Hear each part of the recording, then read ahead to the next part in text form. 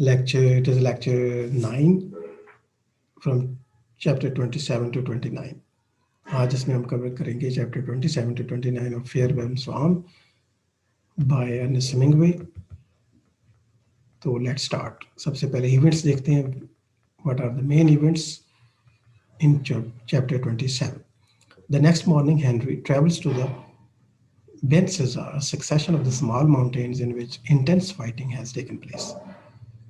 تو اسٹارٹ سے ہمیں پتہ چلتا ہے کہ ہینری جو ہے وہ فرنٹ کی طرف ٹریول کرتا ہے، بینسیزا، جہاں پہ لڑائی چل رہی ہے. فرنٹ کے اوپر بڑی شدید لڑائی چل رہی ہے. Henry meets a man named Gino who tells him about a battery of the terrifying guns that the Austrians have. The men discuss the Italian army's position against Croatian troops. Gino predicts that there will be nowhere for the Italians to go should the Austrians decide to attack. اور جینو کے ساتھ یہ جو بات چیت کرتا ہے تو اس سے ہمیں پتہ چلتا ہے کہ لڑائی میں جو کافی نقصان ہو رہا ہے اٹیلینس کا، اور یہ ڈسکس کرتے ہیں کہ اٹیلینس لگاتار جو ہے وہ نقصان میں جا رہے ہیں اور ایسے لگتا ہے کہ وہ انہیں ریٹریٹ اختیار کرنی پڑے گی بہت جلد.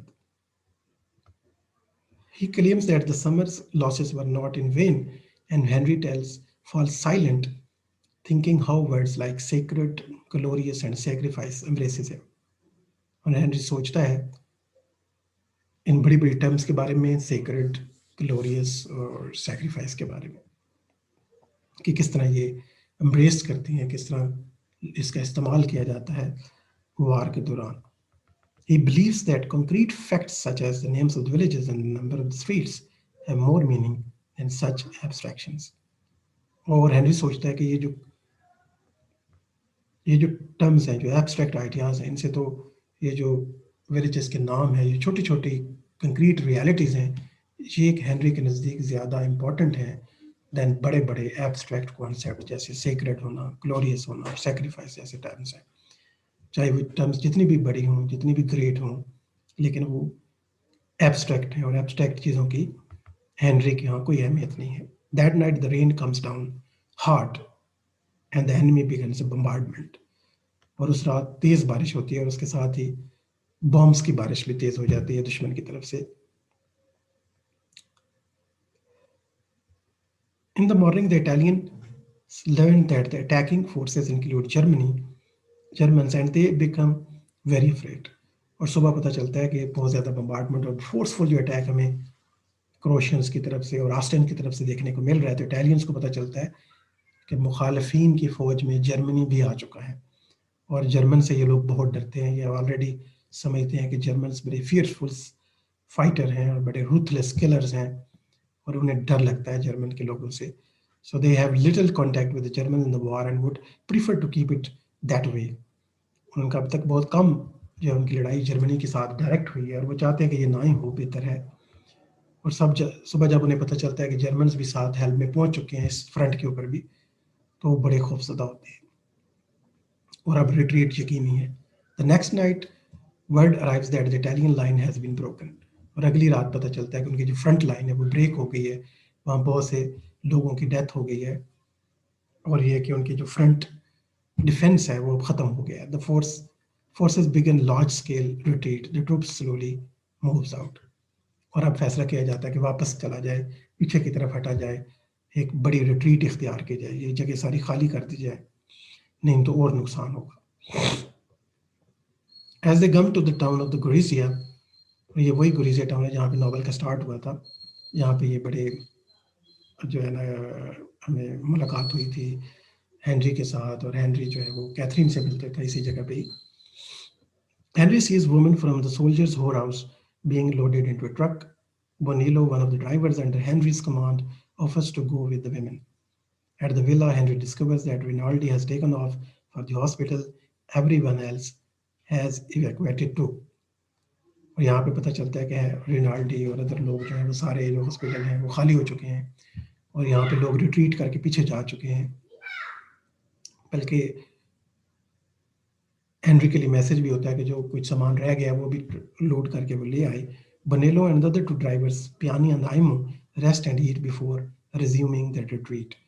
تو یہ پچھلے 2-3 دن سے لگاتار سفر کر رہے ہیں، تو یہاں پہ بہت تھکے ہوئے ہیں، اور چیپٹر سے ہمیں پتہ چلتا ہے کہ وہ فیصلہ کرتے ہیں کہ ہمیں کچھ دیر ریسٹ کرنا چاہیے، 3-4 گھنٹے سو لینا چاہیے، بلکہ آپ ٹیکسٹ دیکھیں گے تو وہاں لکھا ہوا ملے گا کہ یہ ہم ایک مذاق بھی کرتے ہیں کہ ہمیں 3-4 گھنٹے سے زیادہ نہیں سونا، کیونکہ ایسا نہ ہو کہ ہمیں آسٹریئنز اور جرمنز آ کے اٹھائیں، اتنی دیر نہیں سونا، بلکہ کچھ دیر ریسٹ کرنے کے بعد کھا پی کے تازہ دم ہو کے واپس جو ہے وہ سفر اختیار کرنا ہے، ریٹریٹ کرنا ہے۔ So next, chapter 28. Chapter 29. Amos' car got struck in a soft ground, and the men are forced to cut brush hurriedly to place under the tires of the traction. اور اب 29 کے چیپٹر کے start ایک خاص ایک واقعہ ہوتا ہے، اور وہ یہ ہے کہ آئمو کی جو کار ہے، جو ویگن ہے، وہ پھنس جاتی ہے، نرم جگہ کے اوپر دھنس جاتے ہیں اس کے ٹائر نیچے، کیونکہ کچی روڈ ہے اور بارش بہت زیادہ آپ کو بتا آ رہی تھی پچھلے 2 دن سے، اس کی وجہ سے زمین بہت گیلی ہے، تو وہ ایک جگہ پہ بالکل ان کی گاڑی پھنس جاتی ہے کیونکہ سامان بھی لوڈڈ ہے۔ Henry orders the 2 engineering sergeants riding with Bonello to help، اور ہینری جو ہے نا وہ آرڈر کرتا ہے 2 انجینئرنگ سرجنٹس کو کہ آپ جو ہیں ان کی مدد کریں۔ Afraid of being overtaken by the enemy, they refuse and try to leave، اور ان کو ڈر ہے کہ یہ لوگ آگے جائیں گے، ہم ان کی مدد کریں گے، گاڑی نکالیں گے تو ایسا نہ ہو کہ پیچھے سے دشمن آ جائے، اور ان کو ڈر لگ رہا ہے کہ جرمن اور آسٹرین وہ آگے بڑھ رہے ہیں اور وہ ان کو مار ڈالیں گے، ان کو جان کا ڈر ہے، خوف ہے، تو وہ انکار کر دیتے ہیں اور وہ کہتے ہیں ہم نہیں کریں گے یہ۔ Henry draws his gun and shoots one of them. The other escapes۔ اب ہینری یہاں پہ ایک ریش ایکشن کرتا ہے، وہ گن لیتا ہے اور ان میں سے ایک کو گولی مار دیتا ہے، دوسرا بھاگ جاتا ہے۔ Bonello takes Henry's pistol and finishes off the wounded soldier۔ اور بنیلو جو ہے وہ ایک اور رuthless ایکشن بنیلو کی طرف سے، he takes pistol، اور جو زخمی ہو جاتا ہے سولجر، بھی مرا نہیں ہوتا، تو بنیلو جو ہے وہ فردر اس کو گولیاں مار کے اس کو مار دیتا ہے۔ اور ہم جہاں پہ ریڈر ہو چاہے وہ ساتھ دیکھنے والے ہو، سارے شوق میں آ جاتے ہیں کہ یہ ہینری نے کیا کیا، ایک دم اتنا اسٹرانگ ایک ڈیسیجن کیسے لے لیا، ہینری جیسا آرگنائزڈ آدمی، آرڈرڈ، جسے کوئی یقین ہی نہیں ہے کسی آئیڈیا کے اوپر، تو وہ کیوں مارے گا کسی کو، ایک حیران کن بات ہے۔ The men use branches, twigs and even clothing to retreat to create traction۔ تو سارے لوگ کوشش کرتے ہیں برانچز، ٹویگز اور حتیٰ کہ کپڑے نیچے دیتے ہیں کسی طریقے سے گاڑی نکلے، but the car sinks further into the mid, لیکن اس مڈ میں اور ویٹ جو پلیس ہے اس کے اندر گاڑی اور زیادہ دھنس جاتی ہے۔ We continue with the other vehicles but soon get stuck again۔ تو دوسرے وہیکلس کے ساتھ وہ چلنے کی کوشش کرتے ہیں لیکن کام نہیں بنتا۔ Henry gives some money to the 2 girls traveling with Aimo and sends them off to a nearby village۔ اب ہینری ایک طریقہ نکالتا ہے ان کی جان بچانے کے لیے، ان کو کچھ پیسے دیتا ہے آئمو کے ساتھ، ان کو قریب گاؤں میں بھیج دیتا ہے۔ The men continue to dine on foot، اور باقی لوگ جو ہیں وہ پیدل آگے چلیں گے، اور گرلز کو وہ آئمو کے ساتھ بھیج کے قریبی ولیج میں، کیونکہ وہ اتنا نہیں چل پائیں گی، جرنی بہت مشکل ہے، تو ان کو وہ کچھ پیسے دیتا ہے تاکہ وہ یہاں ایک سویلین کے طور پہ چھپ جائیں گے، تو کچھ چانس ہے کہ وہ بچ جائیں، کیونکہ ان کے ساتھ تو یہاں چلیں گے تو آرمی پیچھے سے آ جائے گی۔ یہ ہمارے کچھ انسیڈنٹس ہیں جو چیپٹر 27 to 29 ہم نے دیکھے ہیں۔ اب ہم ان کے انڈرسٹینڈنگ کرنے کی کوشش کرتے ہیں what it means۔ So analysis of the chapters 29, 27 to 29, 27, 28 and 29 only۔ So what happened، in incidents جو ابھی ہم نے دیکھے ہیں، اب انہی کے تھوڑی سی انٹرپریٹیشن دیکھتے ہیں، میننگ دیکھتے ہیں، اس کی سگنیفیکنس دیکھتے ہیں۔ Hemingway's description of the retreat which is based on the one of the most large scale retreats of the World War I is one of the most famous description passages in the novel۔ ایک تو اہم بات یہ ہے اس میں ایک large scale retreat کو describe کیا گیا ہے، اور کہتے ہیں کہ یہ فیمس ڈسکرپشن ہے ناول کی۔ As the lumbering columns of the army vehicle wind through the country night, Hemingway's prose mimics the dark and streaming motion of the man۔ تو یہاں پہ خوبصورتی سے ڈسکرائب کیا کہ کس نے ایک لمبے سے کالم کی شکل میں بہت زیادہ لوگ جو ہیں اور گاڑیاں اور ٹرک جو ہیں وہ واپس آ رہے ہیں, ریٹریٹ کر رہے ہیں, وہاں سے پیچھے کی طرف ہٹ رہے ہیں. When the movement of the columns becomes choppy, so do Hemingway's sentences. Then the truck stopped. The whole column was stopped. It started again and went a little further, then stopped. تو جس طرح کی description, جس طرح کا سین ہے, جس طرح کی موومنٹ ہے, بالکل اسی طرح کے ہم دیکھتے ہیں کہ سینٹینسز ہیں.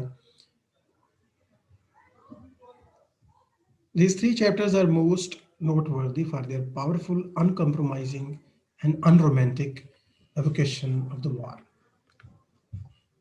As Henry reflects in his conversation with the priest, abstract concepts like courage, honor have no place alongside with the concrete reality of war. جیسے کہ ہم نے دیکھا تھا لاسٹ لائنس کے اندر کہ جب وہ پونڈر کرتا ہے, میڈیٹیٹ کرتا ہے اور بات کرتا ہے جب پریسٹ کے ساتھ, تو وہ ذکر کرتا ہے ایبسٹریکٹ کانسیپٹس کو کمپیئر کرتا ہے ہارڈ ریالٹیز کے ساتھ. تو وہ کہتا ہے کہ گاؤں کا نام اور گلی کا نام میرے لیے زیادہ ایک ریالٹی ہے دین بڑے بڑے آنر, سیکریڈ اور اس طرح کے کانسیپٹس سے. یعنی ہم یہاں پہ آتھر ہمیں کہنا چاہ رہا ہے کہ جو ریالٹیز ہیں جو ہمارے سامنے بالکل ایک مائع چھوٹی سی بھی ریالٹی ہے, وہ زیادہ طاقتور ہے بڑے بڑے ایبسٹریکٹ کانسیپٹ سے. کیونکہ ایبسٹریکٹ کانسیپٹ جتنے بھی بڑے ہو جائیں, جتنے بھی ڈیپ, سیکرٹ, عظیم ہو جائیں, ہیں تو وہ ایبسٹریکٹ ہی نا. In describing the retreat, Hemingway strips war of its romantic packaging and provides the reader with only the most solid, evocative and precise details. اور یہاں پہ ایسے لگ رہا ہے کہ جیسے ہم شروع سے ڈسکس کر رہے ہیں وار کی نان رومانٹک ڈسکرپشن جو ہے, اور جیسے خوبصورت یہاں پہ لائن ہے کہ Hemingway strips war of its romantic packaging, جو وار کی ہمیشہ ایک سیکریڈ, آنر اور سیکریفائس جیسی ٹرمینالوجی, بڑی بڑی ٹرمز استعمال کی جاتی ہیں اور لوگوں کو لڑوایا جاتا ہے اور فائٹ کو بڑا ایک آنریبل چیز کنسیڈر کیا جاتا ہے, بڑا رومانٹک پیکیجنگ ہوتی ہے اس کی, آپ کہہ لیں رومانٹک پیکیج ہے پورا. جیسے یہ اسٹرپس کرتا ہے, انٹائی کر دیتا ہے, اور اس کے اندر جو نیکڈ ریالٹی ہے, جو بڑی تلخ ہے, جو حقیقت ہے, جو سچ ہے, وہ سامنے لے کے آتا ہے. In book 3, which begins with chapter 25, the focus of the novel switches noticeably from love, the major thematic interest of the book 2, to the war. اور یہاں پہ ہم دیکھتے ہیں کہ جو فوکس آف دا ناول ہے بک 3 میں جب چینج ہوتا ہے, اور لو سے ہم دیکھتے ہیں کہ ٹوٹلی اب وار کی ڈسکرپشن ہے. Hemingway reports from the battlefront with a neutral journalistic style that heightens the realism of the narrative and proves surprisingly unsettling. اور ہیمنگوے کا جو ویسے بھی رائٹنگ سٹائل ہے وہ جرنلسٹک رہا ہے, وہ خود بھی ایز اے جرنلسٹ بھی کام کرتا رہا ہے. سو جرنلسٹک سٹائل آف رائٹنگ ہوتا ہے جب آپ آبجیکٹو وے میں آپ پورٹری کرتے ہیں whatever you see, you write it without any emotional involvement, without glorifying or without condemning anything. تو اپنے آپ کو بالکل سیپریٹ کر کے بالکل ایک آبجیکٹو جرنلسٹ ٹائپ جو رائٹنگ ہوتی ہے, یعنی بالکل جو ہے وہی بتا دیا جائے, whether it is soothing or whether it is unsettling.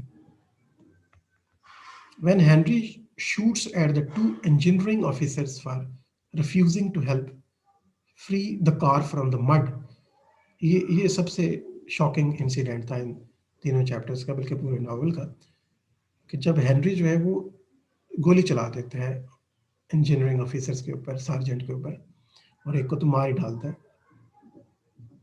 جب وہ انکار کر دیتے ہیں کہ ہم مدد نہیں کریں گے. Hemingway's detached prose refrain from the passing moral judgment on his action. اور یہاں پہ ہمیں اس ٹیکسٹ کو جب آپ پڑھتے ہیں تو ہمیں جو میسج ملتا ہے وہ یہ ہے کہ یہاں پہ آتھر اپنا کوئی کمنٹ نہیں دیتا, کوئی مارل ججمنٹ پاس نہیں کرتا, بالکل ایک جرنلسٹک وے میں آپ کو بات بتاتا ہے. And rather the text offers just the facts, اور کوئی ججمنٹ نہیں, کوئی ڈسکرپشن نہیں کہ آخر اس نے, جیسے عام طور پہ ناولسٹ کرتے ہیں نا کہ اپنی ناولسٹ اپنی کمنٹری دیتے ہیں ہمیشہ واقعات کے اوپر, اور اس کو جسٹیفائی کرتے ہیں کہ اس کے کرنے کی یہ وجوہات ہیں. تو یہاں میں وہ چیز مس نظر آتی ہے، بلکہ میننگ، اس کے کیا میننگ لینے ہیں یہ ریڈر پہ ڈال دیے گئے ہیں. یہ ہمارے اوپر ہے، آپ کے اوپر ہے، آپ اسے جیسے چاہے انٹرپریٹ کریں. This spare, disinterested tone sets Henry's wanton violence against an immoral landscape. Shooting a man out of anger is giving the same weight as pushing a car out of the mud. اور یہاں پہ ان کے جو وینٹن violence ہے بالکل ایسا لگتا ہے کہ ایک کام شخص نے ایک پلان کے ساتھ ایک وائلنس کیا ہے، اور اس کی جو ڈسکرپشن ہے وہ ہمارے لیے پریشان کن بھی ہے، حیران کن بھی ہے. اور آتھر نے اسے بالکل اسے انٹرسٹنگ ٹون میں ڈسکرائب کیا ہے.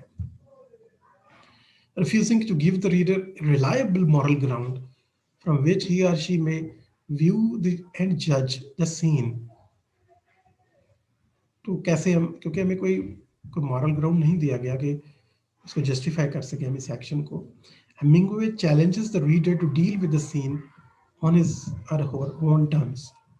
تو آتھر ایسے لگ رہا ہے یہ ٹیکسٹ ہمیں فورس کر رہا ہے کہ ہر بندہ اس کو اپنے مورل ویلیوز پہ جج کرے گا، کہ آپ اسے خود سے فیصلہ کریں اور خود سے اس کو جج کریں.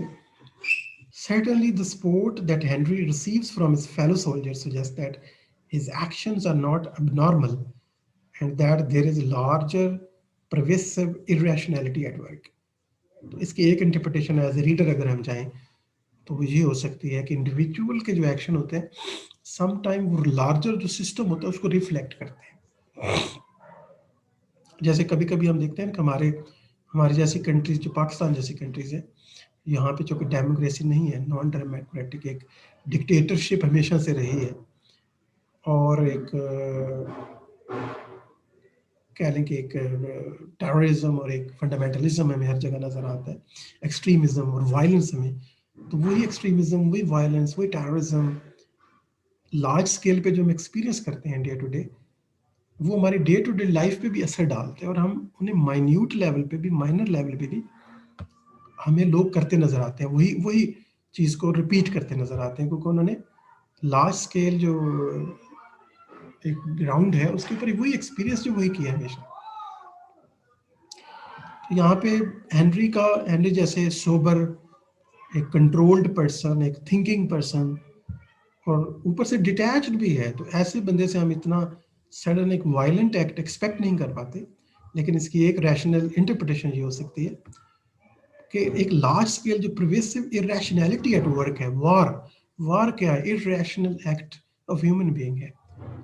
پرویسو ارریشنلٹی جب آپ ایک لارج اسکیل پہ ایکسپیرینس کر رہے ہو تو اچانک سے وہ اس کے اندر سے آ کر وہ ارریشنلٹی اپنا ایکٹ کرتی ہے.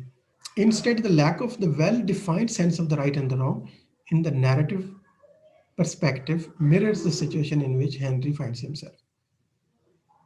So, war has stripped the world of its certainties. اب ہوا کیا ہے کہ وار جو ہے وہ تو آپ کی جو سرٹینٹیز تھیں، جو یقین تھے، جو بلیفس تھے، جو ایک سالڈ مائنڈ سیٹ تھا، جو امن کے ٹائم پہ ہوتا ہے، لوگوں کے بلیف سیٹ ہوتے ہیں، اور وہ ساری چیزیں ہل جاتی ہیں جب آپ مرڈر دیکھتے ہیں اپنے ارد گرد، ڈسٹرکشن دیکھتے ہیں اپنے ارد گرد، ہر ٹائم پرابلمس دیکھتے ہیں، اور خود دن رات لڑ کے تھک چکے ہیں، تو سرٹینٹیز تو ختم ہو جاتی ہیں. Living man to set their own moral compass. تو ہر بندہ بالکل ایک سوشل اسٹرکچر کولیپس کر جاتا ہے. جب اسٹرکچر کولیپس کرتا ہے تو ارریشنلٹی اور ان ریزن پریویل کرتی ہے.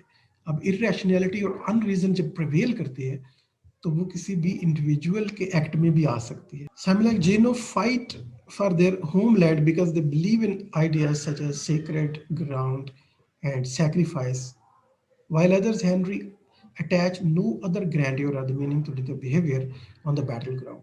تو یہاں پہ ہم دیکھتے ہیں ڈفرینٹ لوگوں کے ڈفرینٹ بلیفس ہیں.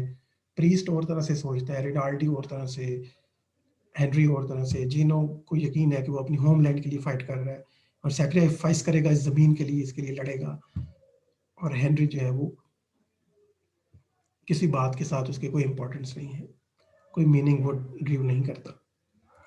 The murder of the engineering officer is a testament to the Hemingway's brilliant depiction of the confusion and the meaninglessness of the war. تو ہم دیکھتے ہیں کہ خاص طور پہ یہ ایکٹ جو ہے یہ ایک ڈپکشن ہے آف اس کنفیوژن کی، اس میننگ لیسنس کی، یہ وہ انسرٹینٹی کی اور وہ جو ان ریزن ہے، ارریشنالٹی ہے، اس کا پریویل کرنا ہے، اسٹوپڈیٹی کا پریویل کرنا ہے. تو جب ارریشنالٹی اور اسٹوپڈیٹی لارجرلی ایکسرسائز ہو رہی ہے تو سڈنلی آپ اسے کاپی کر سکتے ہیں، چاہے آپ خود کتنے کام، کمپوزڈ اور ڈیٹیچڈ ہیں. although you are very calm, you are very composed and you are very detached، لیکن سڈنلی یہ جو سڈن ارریشنل ایکٹ ہے یہ وہ لارج اسکیل ارریشنالٹی کا کنٹرول ہے آپ کے اوپر ایک دم.